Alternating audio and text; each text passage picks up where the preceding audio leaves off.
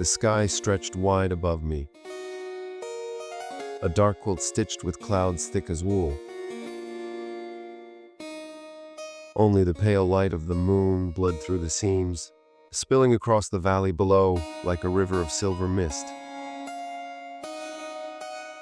It was cold, not the kind that stings and burns, but a deeper cold that seeped into my bones, lingering like a memory that clings without mercy.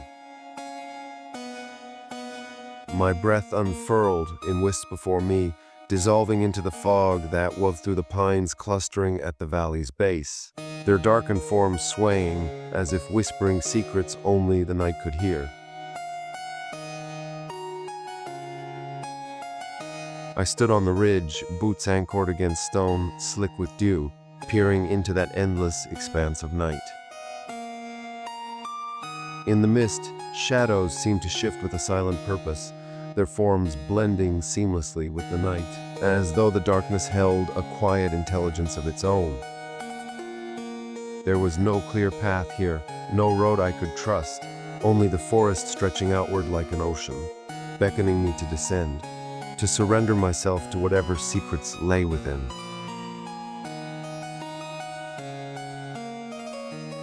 Behind me, the mountain loomed, its crags etched sharply against the sky, the summit hidden beneath layers of cloud.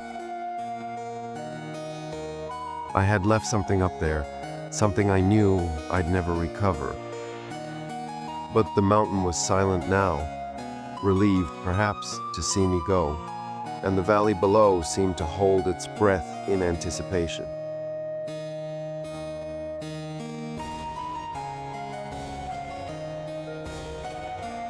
I wrapped my coat tighter around me, though the effort was futile against the chill that crept beneath my skin. Somewhere far below, the mournful call of a raven cut through the fog, a lonely sound, the kind that burrows into hollow spaces in the mind and refuses to leave. I knew, even without knowing how, that there would be no turning back. The forest was ancient, the trees twisted and hunched under the weight of centuries. Draped in heavy moss, their branches reached out like curious fingers, brushing against me as I passed. The mist thickened, folding around me, veiling the woods in a shroud that turned each step into an act of faith. The ground beneath me grew soft, reluctant to release me with each step, as though I had crossed an invisible threshold into a world that was not meant to be found.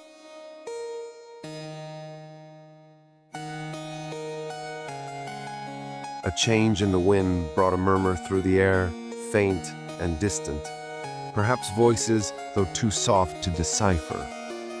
They curled around the edges of the fog, teasing at the corners of my mind, lulling me into a trance as I pushed deeper into the trees. There was something hauntingly familiar in the sound, a cadence like a song half remembered, yet it slipped away each time I tried to grasp it, leaving only a hollow H behind. As the moon vanished behind a cloud, the darkness grew absolute. I froze, listening, my heart beating against my ribs, as if something unseen moved just out of sight. And then I heard it, barely a whisper on the wind, but unmistakable. Home. The word coiled in my mind, pulling at me like an unraveling thread. I followed without question, my feet no longer my own. Through the mist, the trees began to thin, revealing a faint glimmer in the distance. A river, perhaps, or something more, a promise hidden beneath the veil of night. The valley itself seemed alive, a pulse beating beneath the earth as if the land knew I was here, waiting for me to draw closer. And as I descended into the fog-bound forest, I could feel the weight of unseen eyes upon me, watching, urging me forward.